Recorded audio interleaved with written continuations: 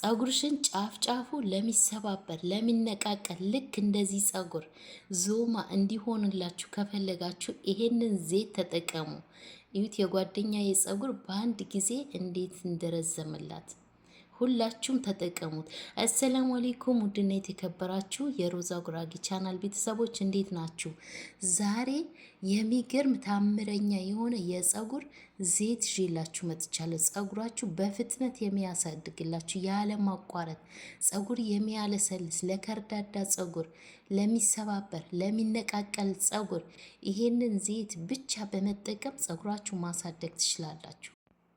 ቀጥታ ወደ አሰራሩ እንገባለን። አሰራሩን አጠቃቀሙን እነግራችኋለሁ። ቀላል አሰራር ነው። በቤታችሁ ውስጥ በሚገኝ ግብዓት ነው እኔ የምሰራላችሁ። ከኬሚካል ነፃ የሆነ ናቹራል የሆነ በየቀኑ የምትጠቀሙት ምንም አይነት ሽታ የሌለው ዘይት ነው። የምሬ ነው ምላችሁ። ይህንን ዘይት ተጠቅማችሁ ፀጉሬ አላደገም ማለት አይቻልም። ቪዲዮውን ላይክ አድርጉት፣ ሼር አድርጉት። በመጀመሪያ ደረጃ የምጠቀመው ቡና ነው። የዛሬ ዘይት በቡና ነው ምሰራላችሁ። በቡናና በሌሎችም ግብዓቶች እየሰራው አሳያችኋለሁ። ተረጋግታችሁ ቪዲዮውን ከፍታችሁ ተረጋግታችሁ ቀስ እያረጋችሁ ስሩ። ልክ እንደኔ እንደሰራሁት ሰርታችሁ አጠቃቀሙን ስለምነግራችሁ ቪዲዮውን እስከ መጨረሻ ተከታተሉ። ዘይት ስትሰሩ ስትቀቡ ዋና አጠቃቀሙ ነው። አጠቃቀሙን ካላወቃችሁበት ፀጉራችሁ መቼም ቢሆን መሰባበሩ መነቃቀሉ አያቆምላችሁም። ስለዚህ አንድን ነገር ማየት የፈለጋችሁ መስራት የፈለጋችሁ እስከ መጨረሻ አይታችሁ ሰርታችሁ ልክ እኔ እንደሰራሁት ነው መስራት ያለባችሁ። እዚህ ጋር የተጠቀምኩት አንድ ማንኪያው ቡና፣ አንድ ማንኪያ ቆሮንፎድ መጀመሪያ ላይ ያሳይቻችኋለሁ። ቆሮንፎድ የተፈጨ ነው የምጠቀመው ማለት ነው። የተፈጨ ቆሮንፎድ ግማሽ ማንኪያ ነው የተጠቀምኩት። በቀጣይ የኮኮናቱ ኦይል እጠቀማለሁ። ይሄ ዘይት በየቀኑ የምንጠቀመው ዘይት ነው የምሰራላችሁ። በየቀኑ ፀጉራችሁ ምንም አይነት ሽታ የለውም። በየቀኑ መጠቀም ትችላላችሁ። የኮኮናት ዘይት ይሸታል ካላችሁ ሽታውን ያጠፋዋል። ቡና አለበት፣ ሌላም የምጨምርበት ግብዓት ስላለ ሽታውን እልም ብሎ ነው የሚጠፋው። ምንም አይነት ሽታ የለውም። እኔ እየተጠቀምኩበት ነው። በተለይ ፀጉራችሁ ዳሜጅ የሆነ ለሚሰባበር፣ ለከርዳዳ ፀጉር፣ ለሚነቃቀል ፀጉር ቡና ስለተጠቀመ ቡና የጭንቅላታችሁን ፀጉራችሁን በፍጥነት ያፋጥንላችኋል፣ እድገቱን ያፋጥንላችኋል ቡና ስላለበት። ቡና እንግዲህ ስንጠጣው ራሱ እንዴት አድርገን ንቅት እንደምንል ታውቃላችሁ።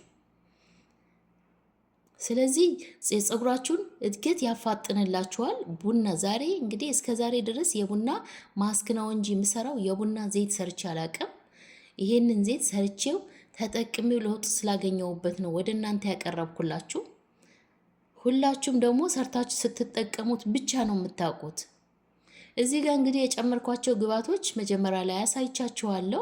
የኮኮናት ዘይትና የወይራ ዘይት ጨምረን በደንብ አድርገን እንመታዋለን። በደንብ ቡናውን እስከሚሟማ ድረስ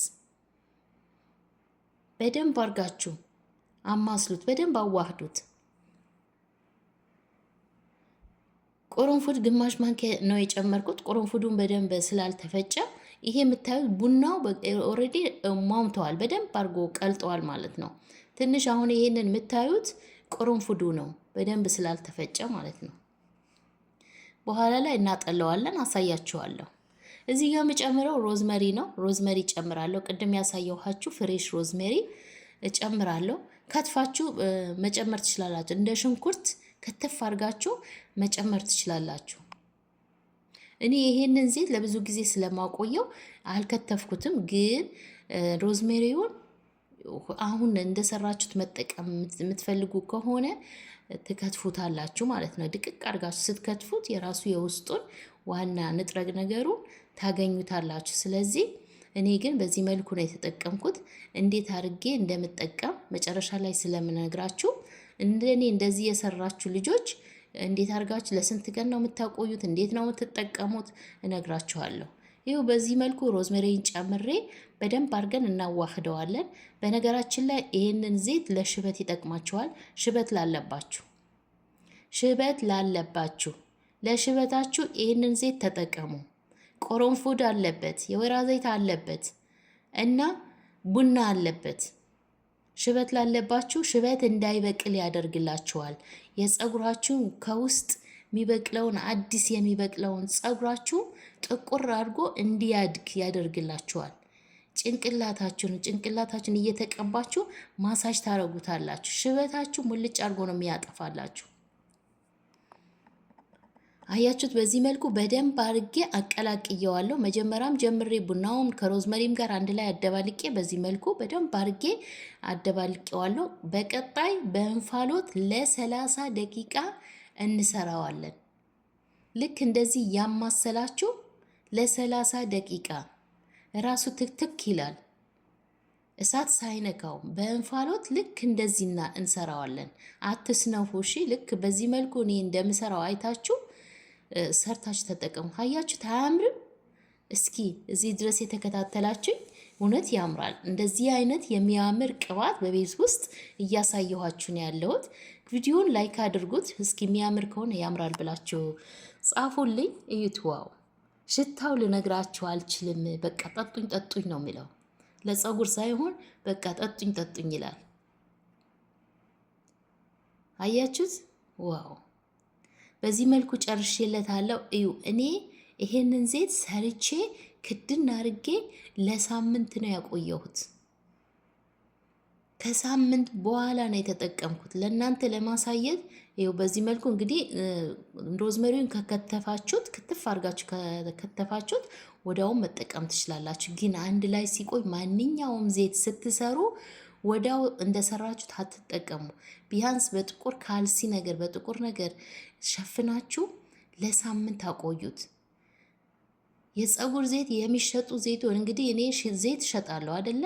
የኔ ዘይት 60 ቀን ነው የሚቆዩ። ብታምኑ ባታምኑ እስከ 60 ቀን ድረስ እያማሰላችሁ በጊዜ በየቀኑ እያማሰላችሁ እስከ 60 ቀን ድረስ ቆይቶ ነው ዘይት እንደዚህ ጠቃሚ የሆነ ዘይት ፀጉር የሚያሳድገው። ለዛ ነው እናንተ ቢያንስ ለአንድ ሳምንት አስቀምጡት። አያችሁት? ዋው! እዩት እንዴት እንደሚያምር። እኔ ከዚህ በፊት ሰርቼ ነበረ ለራሴ። ይሄ ለእናንተ ለማሳየት ነው እኔ የሰራሁት። ለራሴ አንድ ሳምንት ሰርቼ አንድ ሳምንት አቆይቼ ተጠቅሜው ልነግራችሁ አልችልም። ለዛ ነው እኔ የሰራሁላችሁ። ፀጉሬን እንዴት አባቱ እንዳለሰለሰልኝ ልነግራችሁ አልችልም። አያችሁት? በዚህ መልኩ አጥልየዋለሁ። ቫይታሚን ኢ ኦይል ካላችሁ እሱን መጨመር ትችላላችሁ። ይህንን የምታዩት ከዚህ በፊት የሰራሁት ዘይት ነው። በቆረንፉት ዘፍዝፌ አስቀምጨዋለሁ። አሁን በድጋሜ በራሱ እቃ ነው ማቆየው ማለት ነው። ይሄንን የባለፈ ለአንድ ሳምንት አቆይቼ የተጠቀምኩት ዘይት ነው። ልክ እንደዚህ በቆረንፉት ዘፍዝፌ አስቀምጨው ነበር። አሁን ድጋሜ በላዩ ስለምጨምረው አንድ ላይ አደባልቀዋለሁ። የባለፈውም የቆየ ዘይት አለ። አንድ ላይ ሲቀላቀሉ ደግሞ የበለጠ ብዙ ለውጥ አገኝበታለሁ ለፀጉሬ። ፀጉራችሁ ማሳደግ የፈለጋችሁ ፀጉራችሁ ተንከባከቡት።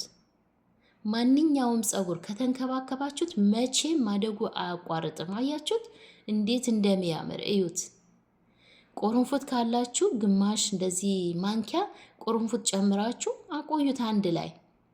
ከዚህ በፊት ሰርቼላችሁ ነበር። አብሽ እየጨመርኩ ጥቁር አዝሙድ፣ ቀረፋ እንደዚህ እየጨመራችሁ አንድ ላይ ማቆየት ትችላላችሁ።